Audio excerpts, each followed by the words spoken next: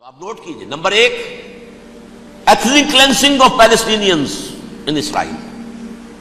Number 2 demolition of the Aska box and the Qubbat al-Sakhra. Number 3 امریکہ کو ultimatum, تم اب اپنے ٹانگ درمیان میں مت اڑاؤ، اور اس کے لیے دھمکی، اگر تم نے ہمارے معاملے میں رکاوٹ ڈالی تمہاری اینٹ سے اینٹ بجا دیں گے. نیتن یاہو نے یہ کہا تھا میں واشنگٹن میں آگ لگا دوں گا. یہ انہوں نے امریکہ میں عظیم ترین دہشت گردی کر کے امریکہ کی ایڈمنسٹریشن کو، انتظامیہ کو یہ دھمکی دے دی ہے کہ باز آ جاؤ. چنانچہ میں یہ بات کہہ کے پرسوں جمعے میں اپنی مسجد سے، مسجد دارالسلام سے نکلا، شام کو، اسی شام کو میں نے ایریل شیرون کی تقریر سن لی T V per. It is not acceptable.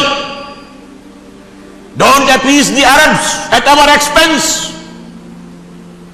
We are not going to become Czechoslovakia. We have to depend on ourselves only and rely on ourselves only. کیا مطلب ہے اس کا؟ کس کو سنا رہا ہے؟ امریکہ بہادر، ہم تمہارے محتاج نہیں ہیں، ہم تمہارے ٹکڑے اڑا دیں گے، تیسرے کر دیں گے تمہارے، تم بیچ میں آؤ تو صحیح ہم، اور دیکھ لو ایک نشانی ہم تمہیں دکھا دیتے ہیں. مجھے 100% یقین ہے یہ پورا ہسٹوریکل پروسیس، اور جس جگہ یہ پہنچ گیا ہے، جس کریٹیکل پوائنٹ تک یہ پہنچ چکا ہے، یہ جو بھی حملہ ہوا ہے ورلڈ ٹریڈ سینٹر پر اور پینٹاگون پر، یہ اسرائیل کا کام ہے. اسرائیل سے کم تر کسی ادارے کے لیے ممکن ہی نہیں، اس لیے کہ اسرائیل کے ایجنٹ امریکہ کے پورے نظام کے اندر جو ہے گھسے ہوئے موجود ہیں، ہر جگہ موجود ہیں. جیسے سرطان کا پھوڑا ہوتا ہے پورے جسم میں وہ اپنی جڑیں جما لیتا ہے، ایسا ہے. پوری ایڈمنسٹریشن، پوری اکانومی، تمام ذرائع ابلاغ، پرنٹڈ میٹر ہو یا یہ کہ الیکٹرانک میڈیا، سب ان کے قبضے میں.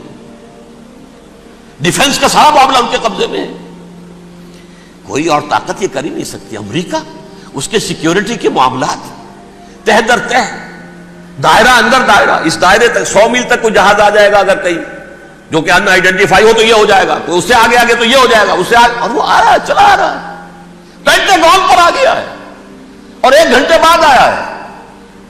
پہلی اسٹرائک جو ہوئی ہے ورلڈ ٹریڈ سینٹر، اس کے 1 گھنٹے کے بعد پینٹاگون پر آ گیا. پینٹاگون وہ تو یوں سمجھیے ان کی مملکت کا حساس ترین دفاع کا مرکز، اور اس کا 1/3 حصہ جلا کے راکھ کر دیا انہوں نے. یہ دھمکی دی ہے، لیکن اس سے ان کے پیش نظر مقاصد کیا تھے؟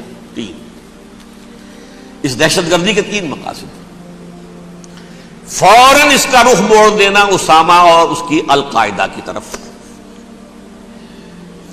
امریکہ غصے میں لال بھبوکا ہو کر فوراً اقدام کرے، اور ایک طرف تو اسامہ اور ان کے ساتھ طالبان کا ٹنٹا بکا دے،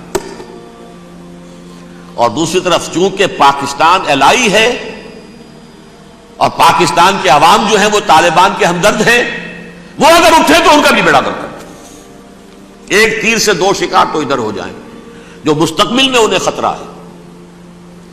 1967 کی جنگ کے بعد جبکہ انہوں نے فتح کا جشن منایا تھا یہودیوں نے، تو انہوں نے پیرس میں جو ایک جشن منایا ہے، وہاں بن گوریون کی تقریر یہ تھی، ہمیں کسی عرب ملک سے کوئی خطرہ نہیں، کوئی اندیشہ نہیں، ہمیں اندیشہ اگر ہے تو صرف پاکستان سے. یہ ہے وہ بات جو میں نے کہی تھی. نکتہ کیا ہے؟ یہ سائملٹینیسلی کیوں وجود میں آئے ہیں یہ 2 ملک؟ مشیت ایس ڈی میں پاکستان کا رول یہ ہے. حدیث میں آتا ہے ما انزل اللہ من دائن الا انزل لہ دوان، اللہ نے کوئی بیماری ایسی نہیں اتاری اس کا کہ توڑ اور دوا پیدا نہ کی. اسرائیل کا توڑ پہلے پیدا کیا. جیسے بچے کی ولادت بعد میں ہوتی ہے، ماں کی چھاتیوں میں دودھ پہلے پیدا ہو جاتا ہے. یہ اللہ کی فطرت ہے، اللہ کا طریقہ ہے. خطرہ انہیں ہے تو ہم سے ہے، اگر کوئی خطر مجھ کو تو اس امت سے ہے. اس کی خاکستر میں ہے اب تک شرار آرزو.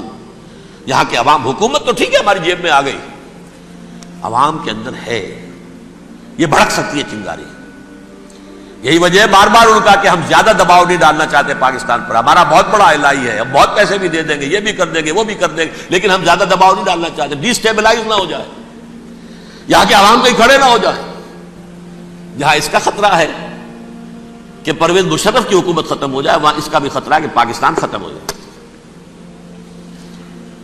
ڈیسٹیبلائز ہونے کا مطلب کیا ہے؟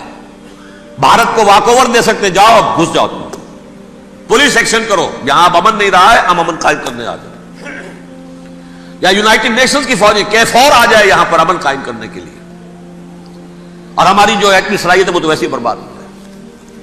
ایک چیز تو ان کے پیش نظر یہ تھی, اس میں تو اللہ تعالیٰ نے کچھ تھوڑی سی عافیت پیدا کر دی ہے.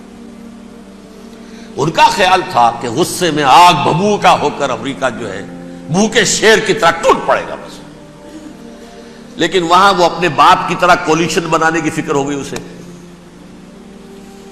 کولیشن بنتے بنتے تو وقت لگتا ہے, بستی بسنا کھیل نہیں, بستے بستے بستی ہے.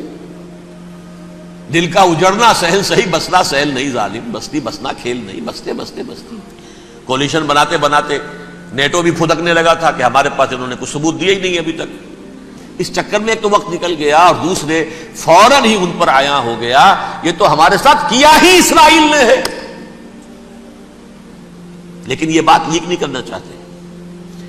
میں نے خود سنا اور بھی بہت لوگوں سے کہا کہ یہ باقاعدہ اسٹیٹ ڈپارٹمنٹ کی طرف سے ٹی وی پر, CNN پر, BBC پر یہ اعلان آیا کہ یہ جو انویسٹیگیشنز ہو رہی ہیں اس حادثے کی تحقیقات کی, اس کی معلومات لیک کیوں ہو رہی ہیں, لیک نہیں ہونی چاہیے.